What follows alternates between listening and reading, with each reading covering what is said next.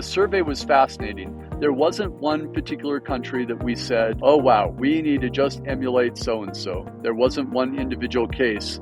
But in each of these areas, as we kind of researched meds, DME, imaging, and so forth, I was fascinated to see the variability throughout the world. You know, the international community has always had some variability in our profession. We're still a fairly young profession. And I know that as APTA continues to cultivate relationships with WP, and frankly, in each of the academies, as those relationships continue to grow, I think we will see more leaning in towards standardization.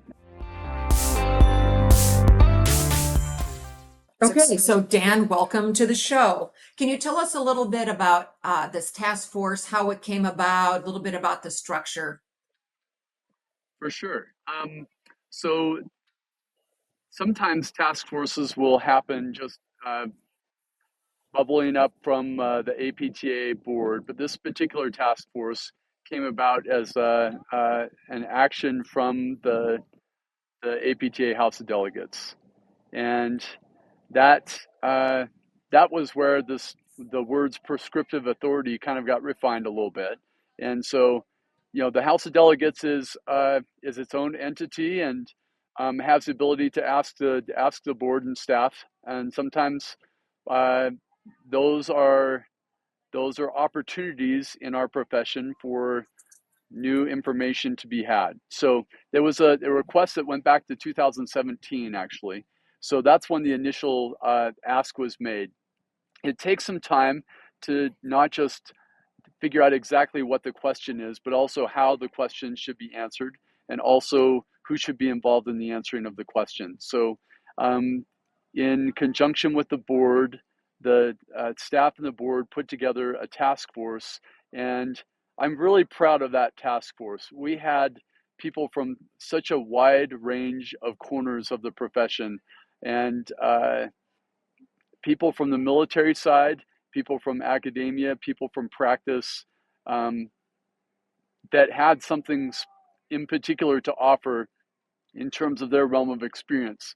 And we'll probably get into this in a little bit of detail, but their unique experiences in every case affected that output, that report that went to the House of Delegates. So that report, I think we were at almost 70 pages when we got completely done with Yep. it, is an enormously helpful document to know kind of the state of the affairs in 2024 for prescriptive authority around the United States. And this prescriptive authority task force was not designed to say, okay, well, this is how we're going to get prescriptive authority tomorrow, but more to make sure that we were level setting and to see what was happening around the world and in different jurisdictions and also in different types of practice. And it's not anywhere near exhaustive. I mean, my anticipation is that the work of that task force should generate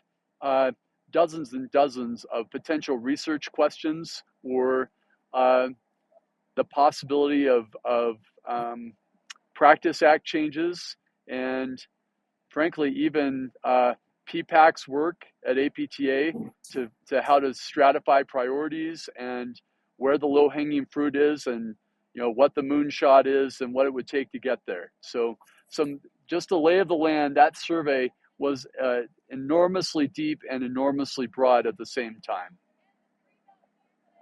Definitely. So what's the why in here? Why would the APTA think about expanding? And again, they were clear that it isn't necessarily an expansion, but sometimes just a clarification, because the Guide to PT Practice and CAPT and the curricula require some understanding, at least, of laboratory tests and medications. So, but it's pretty vague, it's pretty broad. So what's the why for asking this question? How might it benefit society, the profession?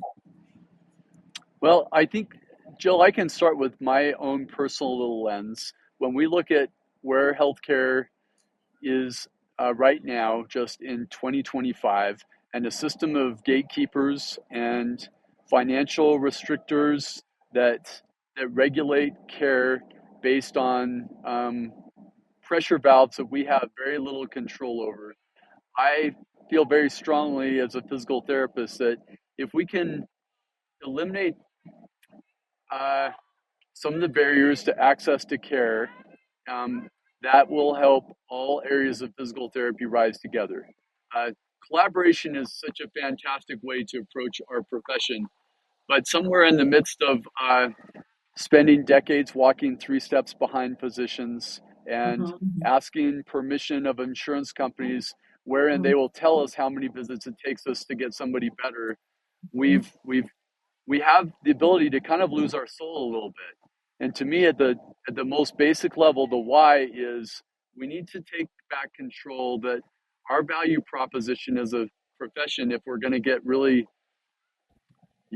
soup to nuts about it, is how do we how do we have the ability to just go back to a physical therapist and a patient? And what Mhm. does a physical therapist need in order to take care of a patient? What do we have the knowledge to do? What conclusions can we draw? And in what areas do we need to improve our knowledge, strengthen our knowledge, um, and even self-regulate? What areas are there uh, that are immediately available to us based on a 2025 DPT graduate, or like me, a practitioner that's been out for 27 years? What things do we aspirationally need to work with CAPT and all of our colleagues together at APTA and other entities to try to make sure that we have providers that are ready to provide that kind of care? This When we start talking about direct access, um, this is an outcropping and a needed piece of that to make sure that, okay, if we're going to be helping people make these major decisions and we're the gatekeepers for musculoskeletal care, this is the answer to the question of why is we need to be competent to make sure that we're ready to do what it takes to have direct access. That's such a great point. I think I heard somebody talk about practicing at the top of their license and the inability to do that because of the constraints of insurances, of regulations, of hospital rules, and things like that. So we are constrained by those items that you talked about, where in reality, we should be self-constrained. We should be making those decisions about what we can do autonomously. So I think when somebody told me that all of these things prevent them from practicing at the top of their license, that really kind of drove it home to me. Right. And I think there's a couple issues there. One of them is regulations in some jurisdictions prohibit PTs or prohibit the laboratory staff or the imaging staff to accept a referral from a PT. So there's regulations there. So we may say we're Right. capable of doing this, and we see it with imaging, and we would probably see it with ordering laboratory tests where some state regulations prohibit the lab technicians or the radiology technicians from accepting referrals from PTs. So there's a lot of layers to this. You're absolutely right. And jurisdictionally, going from state to state, there are places that, like you described, that prohibit anyone beyond these listed professions. But in many cases, the Practice Act for those professionals may be silent on it. And those are the cases where we're finding around the United States with imaging, especially now that we have more of a demonstrated history. Um, Mhm.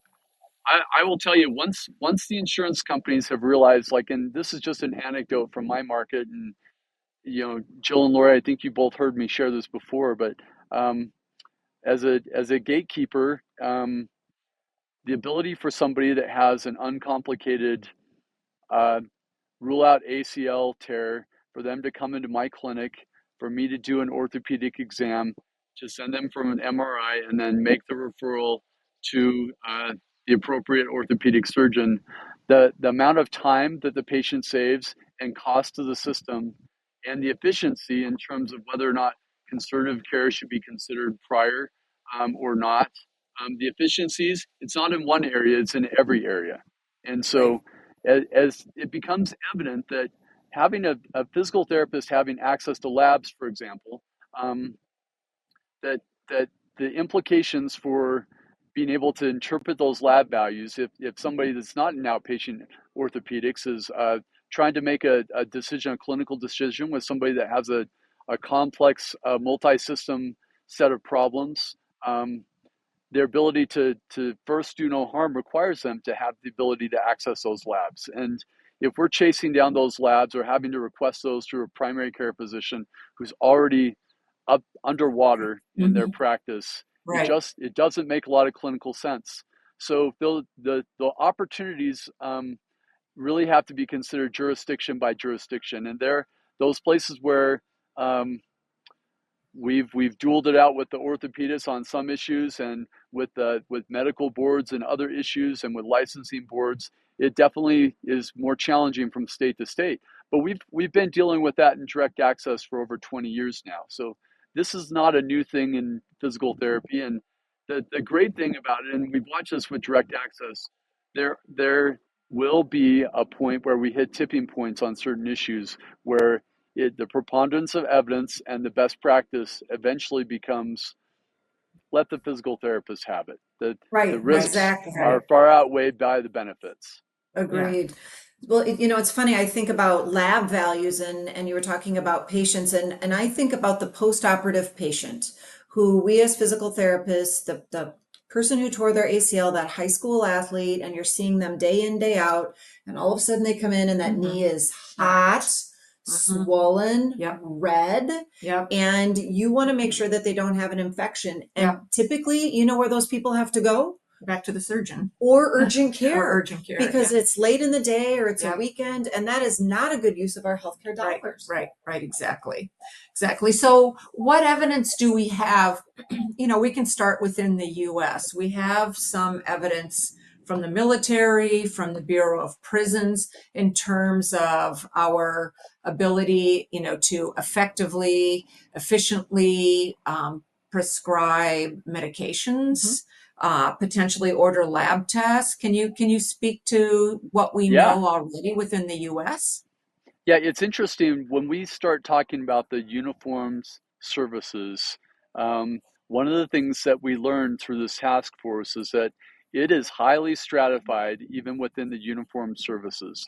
That the uniformed services includes about 40 or 50 different entities beyond just the major branches of our armed forces. And the uniformed services all have a very different tack in terms of how they've approached this. But without exception, if somebody's got a uniform on, there's a good chance that they can do more as a PT than you can, and Right. that is almost across the board. There are some regulatory differences between those entities, which was fascinating as we discussed that, and as we watched our military colleagues discuss with each other in our task force meetings, that the contrast between what those governing documents look like. Some of those governing documents are not are not public, as a matter of fact. Mhm. And so, because we had the right people on the task force, people being very sensitive to their obligations to the entities that they represented, were able to talk through what the state of affairs are in 2024 and even the trends for where things are headed. That was fascinating to me. And whatever criticisms people have for the government and its ability to move, boy, physical therapists in the military are innovators in ways Mhm. that are fascinating. Right. Just in point of fact, one of those, the two of the areas that we found that were maybe the most liberal in the whole United States in terms of prescriptive authority, um, was were the PTs that were working in uh, on the facilities for Native Americans and Mhm. indigenous folks. Right. They have an Mhm. enormous amount of prescriptive authority, and even beyond that are in the Bureau of Prisons. The Bureau of Mhm. Prisons Mhm. has by far the most prescriptive authority of any physical therapy entity in the United States, to my knowledge. So Wow. that was fascinating to me that they They have a limited formulary in terms of medications that they're prescribing. So, Yeah. and that, in terms of the kind of next steps, I mean, we kind of all got excited about that. It is a difficult prospect to say, okay, is there data being gathered, and could more data be gathered, and what would that look like? And in just sensitivity to our colleagues that we served with on the task force, there's a hunger for what is good for one to be good for all. And so I believe that, and I'm not a part of those at this point. And I probably should have offered this disclaimer at the very beginning. I am not a current serving member of the board of directors, and so anything I say is not representative of the APTA board or APTA. However, Got it, got it. and but I will say that I am raving fans of where APTA continues to use this. The people that, from a staff standpoint, just as another aside, that we had to work with are some of the absolute rock stars in that building, and I'm grateful Agreed. to Totally. Justin Moore and his team Yep. to give us like the very, very, very best. And we had, Yeah. from a volunteer standpoint, um, we had a wide pool to choose from, and then there were people with particular expertise that we sought out. So, from a process standpoint, I know sometimes, and this is again another aside, just from a volunteerism standpoint at APTA, sometimes I know when people go through the volunteer portal, they may be dismayed that, well, it feels like I never got picked to go to the dance. And I would tell you, it is an ongoing challenge that APTA wrestles with to try to make sure they get the right people in the right seats, um, for the sake of the work product and for the sake of representing every corner of physical therapy. And sometimes those two goals are, um, they may overlap in some ways, and they have to make hard choices. But all that is to say that our back to the original point, the uniform services, is such a fascinating case. And Yeah. my hope is that as that data set becomes, maybe a little bit more available, or that as some of our friends in the uniform services come to the private sector as time goes on, they can share what they can of the playbook. So Yeah. I'm nothing but excited about these test cases. Yeah, it was interesting that a lot of information from the military side was not available. And I've had informal conversations with former military that I work with, and they would tell stories about some of the things that they did which were totally off book, but they were what needed to happen at that moment. So Right. it was really interesting. So, what about the international community? I know there's a number of provinces, countries that have fairly broad prescriptive authority, both in laboratory testing and medications, including injections. Right. Correct. And I think you would find that it's the usual suspects in terms of our Right. PT colleagues that have pretty advanced practice, around the world. The Australians, the New Mm-hmm. Zealanders, the Europeans, especially the Northern Europeans. Mm-hmm. There are some individual case studies with individual specific countries that, um, and I whether this was intentional or not, that some of them that may be not quite as progressive as others actually have quite liberal approaches. And I am curious the backstory behind some of those, how that kind of came about. It may have just been a function of practicality that, they've watched the gatekeeper model in the Western Right. world and have said, yeah, we were going to just short circuit that because we don't Right. see any Yeah. reason why this highly competent physio isn't capable of doing these injections or Right. prescribing this limited formulary.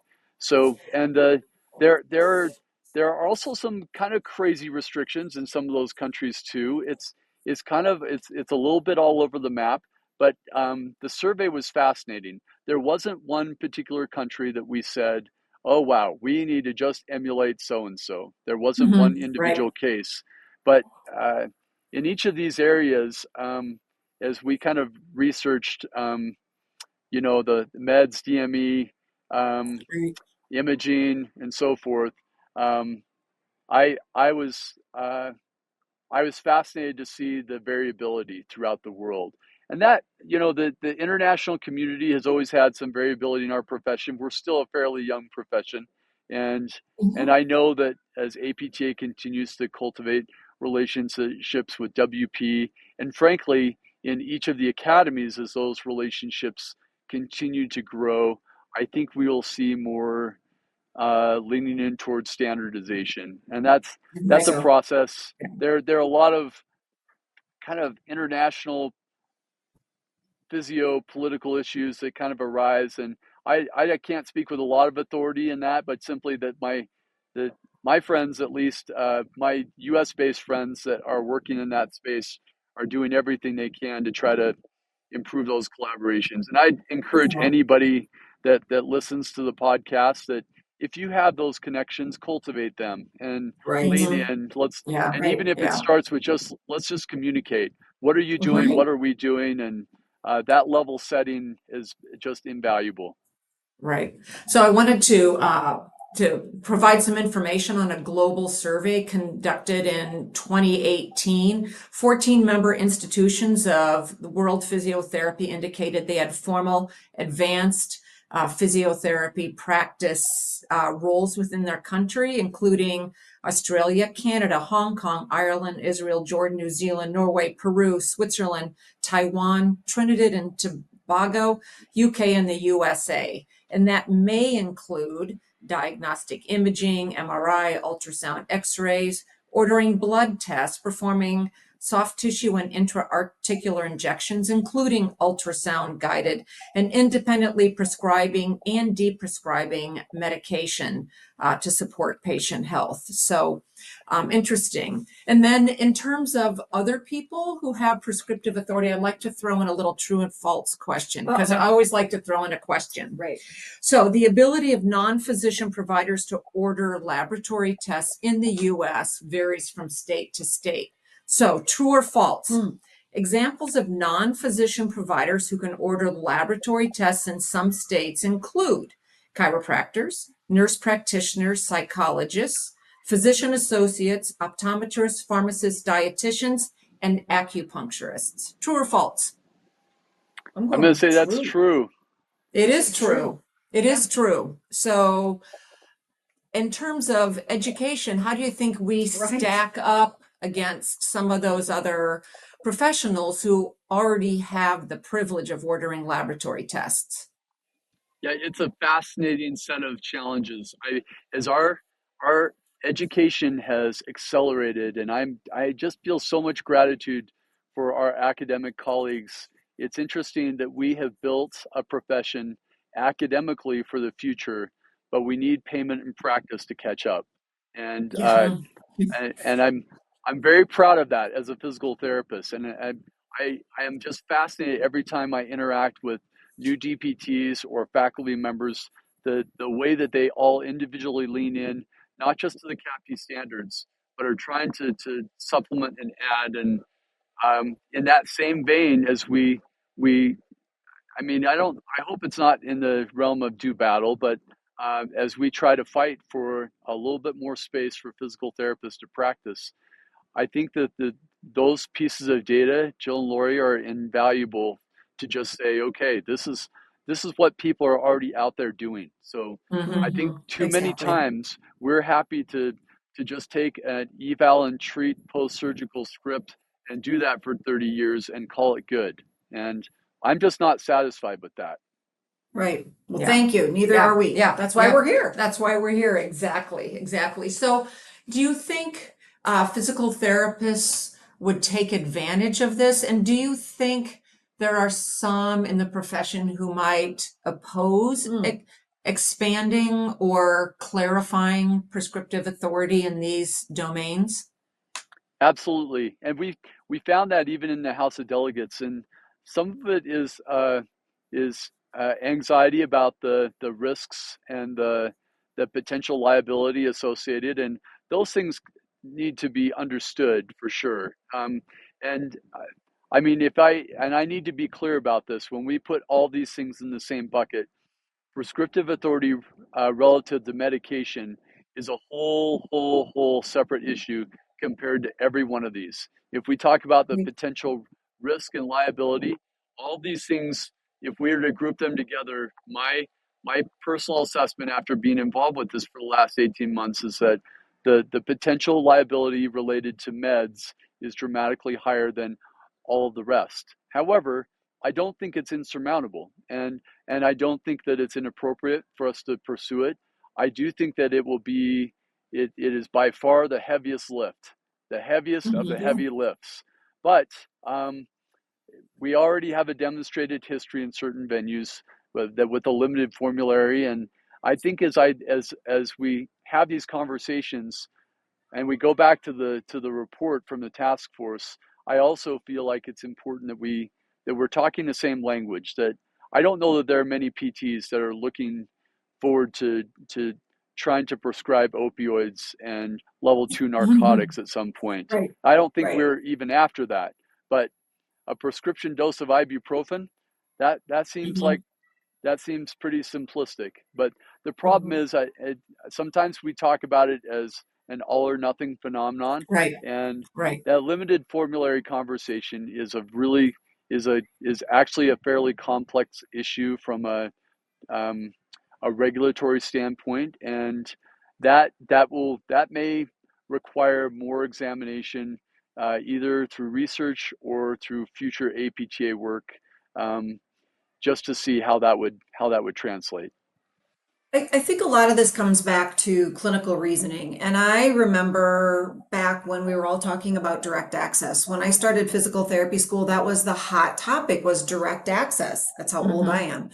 And there were people who had pushbacks against that because they didn't want the responsibility of, making an error. And I think it comes back to, as a clinician, your clinical reasoning and using your clinical decision-making skills to determine the appropriateness or not appropriateness of this. So, I always tell my students that, if you're going to do a manipulation, the tissue needs to say yes. The patient needs to say yes, and your skill set needs to say yes.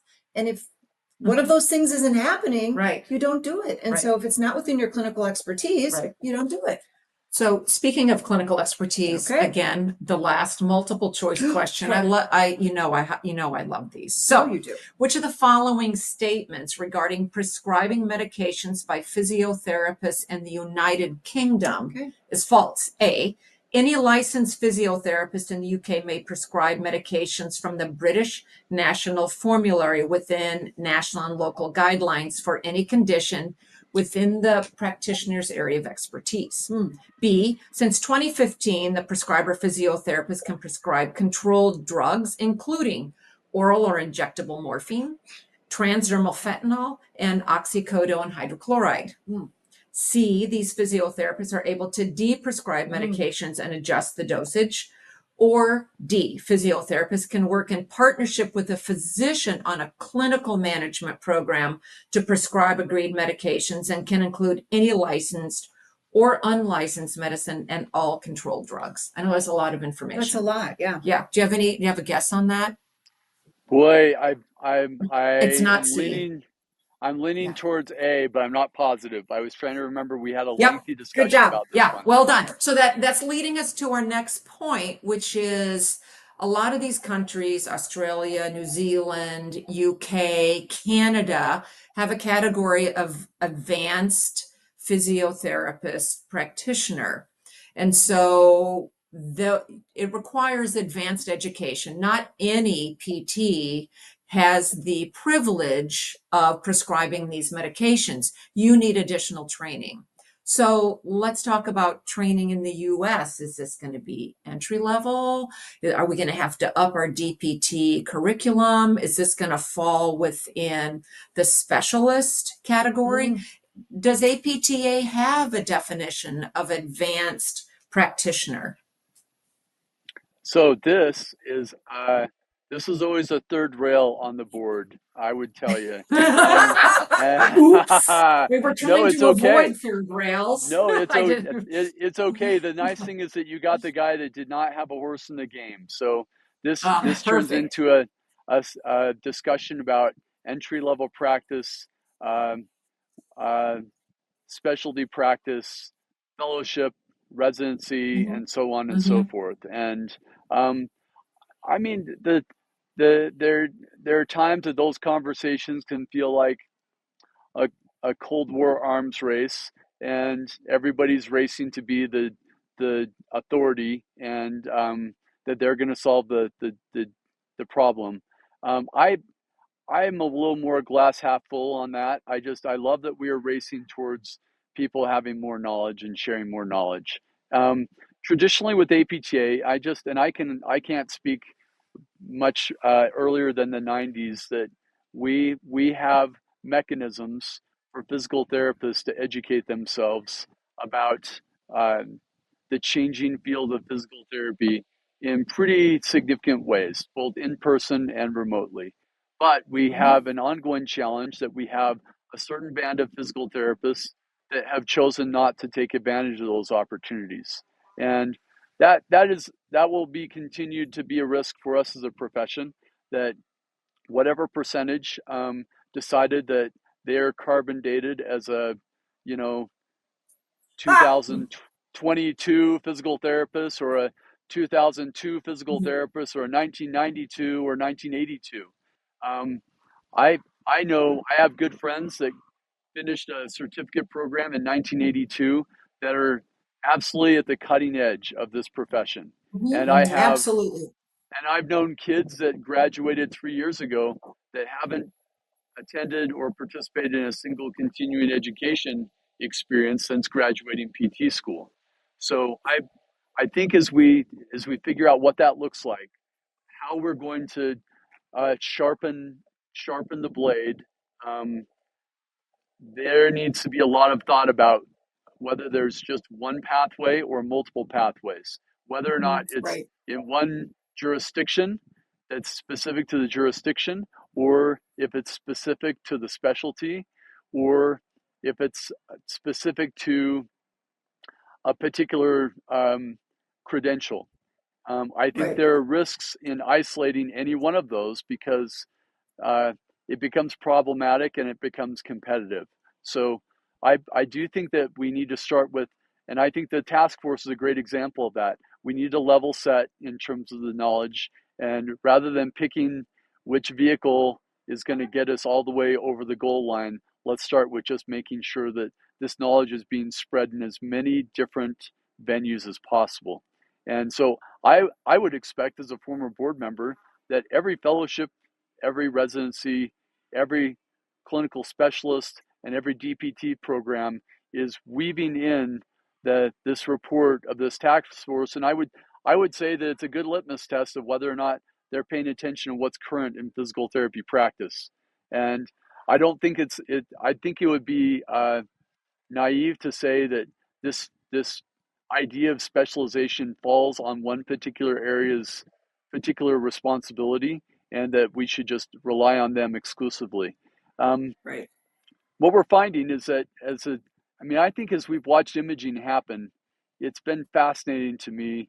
Um, you know, you guys there in Wisconsin, my cheesehead friends were the first, and Yeah, that's I'm right. grateful we were right behind you in Utah in 2018, and Yep. that goes back to I'll just share this quick little anecdote. When we had board liaisons, I was the board liaison to the Wisconsin chapter, which was just an absolute delight. My dad's an Appleton boy, and Oh, I was born, even though I was born and raised in Utah, I've had a cheese head on since I was in a crib. So, okay, good. and Good. yeah, I still, my wife will show you, I've got a Green Bay Packers, Packers blanket that sits on the end of our bed. So I still bleed a little bit Nice. green and Nice. yellow.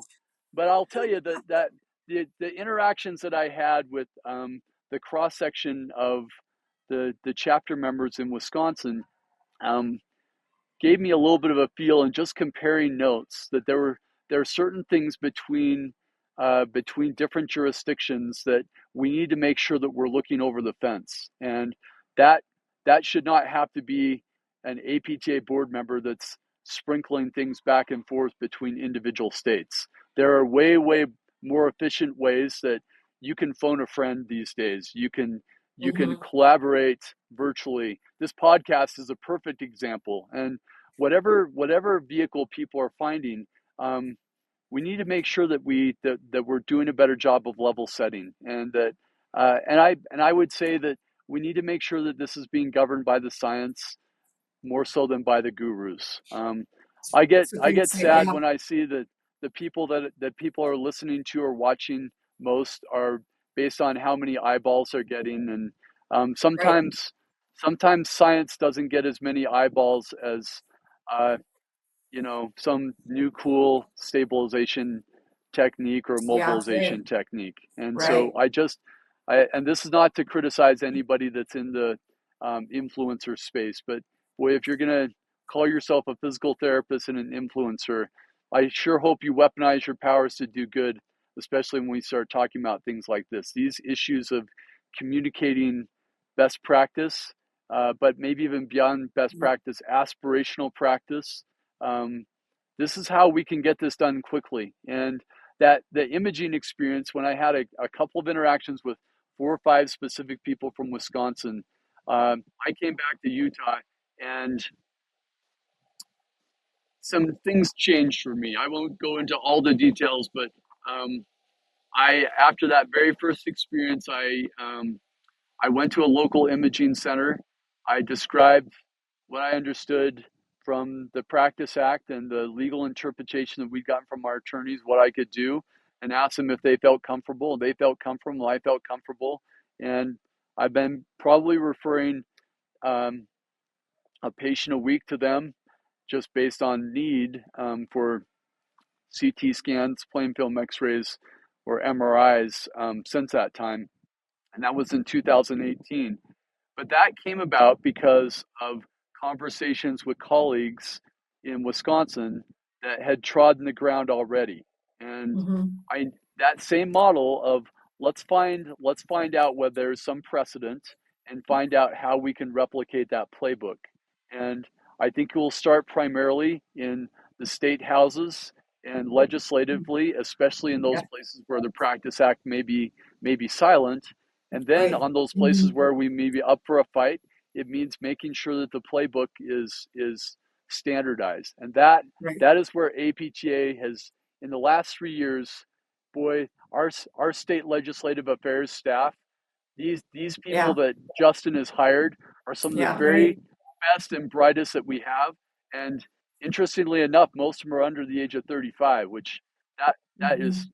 awesome to me. And they're not I physical love that. therapists, which is also awesome to me. So I Yeah, hope that anybody that's a state legislative affairs chair, if you're not interacting with all the APTA staff resources that you have, um, that is in that low hanging fruit category, you guys.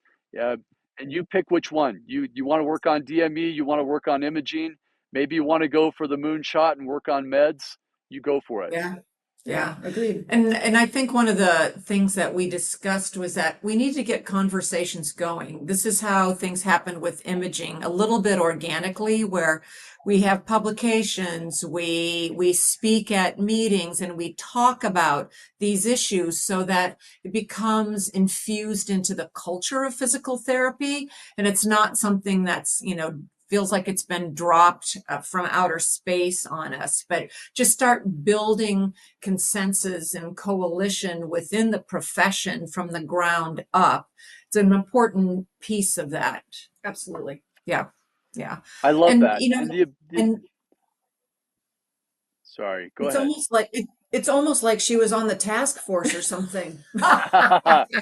She was amazing on the task force. It just sounds like it. Yeah, yeah, exactly. But also in terms of, you talked about every DPT program, residency, fellowship, et cetera, infusing this information into their curricula. There are competencies that have been outlined by both the UK and by Australia, and they exist in this report to the House of Delegates. So if you want to know what the competencies are for prescribing medications, those exist. We It's don't have amazing. to reinvent the wheel. Now, APTA may want to come up with their own, but in terms of a model, those already exist. You don't have to reinvent the wheel. I love that. And that was one of the that subject area and that little specialty group. I think it kind of blew all of our minds that we literally do not have to come up with all of this stuff. We think that sometimes that we're pioneering some of these things. It's like, no, no, this is already being done. We are not the first, and the liability issues and what the guardrails are, those are established. Let's just look for the things that are plug and play. Yeah. Yeah, Yeah. those are great points. Yeah, exactly. So where do we go from here? Like if you had to lay out the five best steps for the individual, the profession, how does APTA set priorities? Where do we go from here with this information? So I'm not a party to where the APTA board has gone with this, or I know that there were a couple of motions that came through the House of Delegates, and some things Right. are I think in process. Again, like when we start talking about meds, I think it's going to be like direct access. It may get batted around for a few years in terms of figuring out exactly what. I have learned from my APTA board experience that when we task things to the APTA staff or the board, um, that is incredibly expensive in terms of human resources and in our human capital Mhm. and the financial Right. resources. So it's a measure twice, maybe even measure three times before just saying we need to get APTA to do blah blah blah. So there there there are things in the regulatory space regarding the PPAC priorities where when we start adding in DME in terms of a top three or a top five, um, you know, there may be things that are better done at the state level. And so Mhm. I think maybe the first easiest step is as people have a chance to digest this task force report to say, what can I do? What what in my Right. jurisdiction, what is my realm of influence? And maybe it starts with simple things like, okay, I've got direct access in my state. If I get somebody that comes in off the street, how confident am I at answering the question, is there any chance that this patient has cancer? Is it, Mhm. are there comorbidities that I wish I knew a little bit more about? And what are the barriers to me asking for lab tests with this person that has these other chronic conditions that Right. may limit their ability to exercise rather than just saying, well, it's an uncontrolled hypertensive, so I'm just not going to exert them very much. And so I'm just dialing back at the exercises, which, you know, decreases their ability to reach their Right. goals in a reasonable amount of time. And then suddenly you Right. became an outlier. So those are Right. things clinically that I think for an individual therapist in their individual practice in any environment tomorrow that can use this and start immediately making a difference. I think Right. if you're an academician, you can say, okay, are there pieces of this that they can weave in? I don't think it's lost on any of our faculty members in this profession that what you weave in to the minds of your young PT students will become the way that they believe the physical therapy world exists in a very, very short 2 to 3 years of time. And Mhm. that's an enormous responsibility. So if they planted the seed that there's no reason that you shouldn't expect in your lifetime to have prescriptive authority, and I think you guys and I came from the same generation that I was told that direct Mhm. access is in your future. And I just remember that moment Right. in Right. physical therapy school in the 90s, just just like a Right. goosebump moment. Just thinking, you mean a Mhm. patient could come to me without a referral from a physician? And now I'm living in a Yeah. world where 70% of my patients are direct access patients now. So, and Right. Yeah. I'm It's very amazing. grateful for professors that planted Yeah. that seed. So, I think in the Mhm. academic Yeah. community, I think for chapter leaders, I think it's enormously important when you think about all the things that you're going to spend time and money on, much like APTA, you just need Right. to decide that the thing that every APTA survey, um, payment is the issue.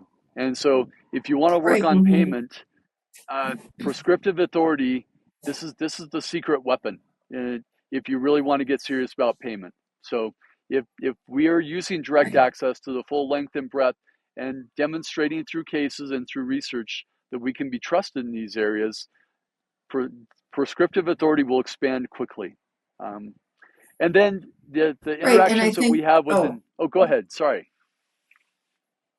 no, I was just going to say, and we know that the APTA is coming out with their new strategic plan for the next 3 years. So it'll be interesting to see where prescriptive authority falls within the realm of payment, because I know that that payment word is getting tossed around quite a bit with regards to the strategic plan.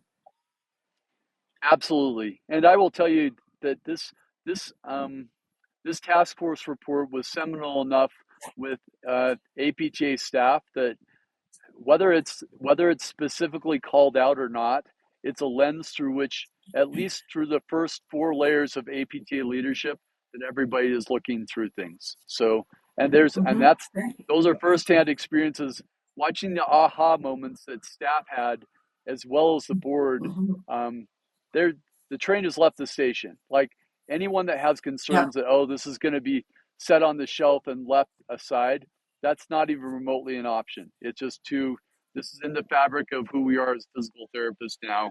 And this is like the direct access conversation. It's no longer a question of if, it's when, and Yep. it's Yeah. how. Agreed. Yeah. Yeah. Great. Well, thank you for joining us. This has been a marvelous conversation. And for everyone out there, do what you can. Take a step. Go back and listen to this again and think about what you can do to advocate for this in your community, your jurisdiction, your state, at the national level. How can you get involved? Have a conversation with when you're a student out on clinical internships. Yeah. You're practicing, or Yeah. you're doing an internship in another state. Ask what they're Yeah. doing. Those are really important things. Small bites. Yeah, little bites. Okay. So, all right. Well, enjoy your beautiful day outside. Yes. Thank you, Dan. All right. Thanks, Dan. We You're welcome, appreciate it. guys. Good being with you both.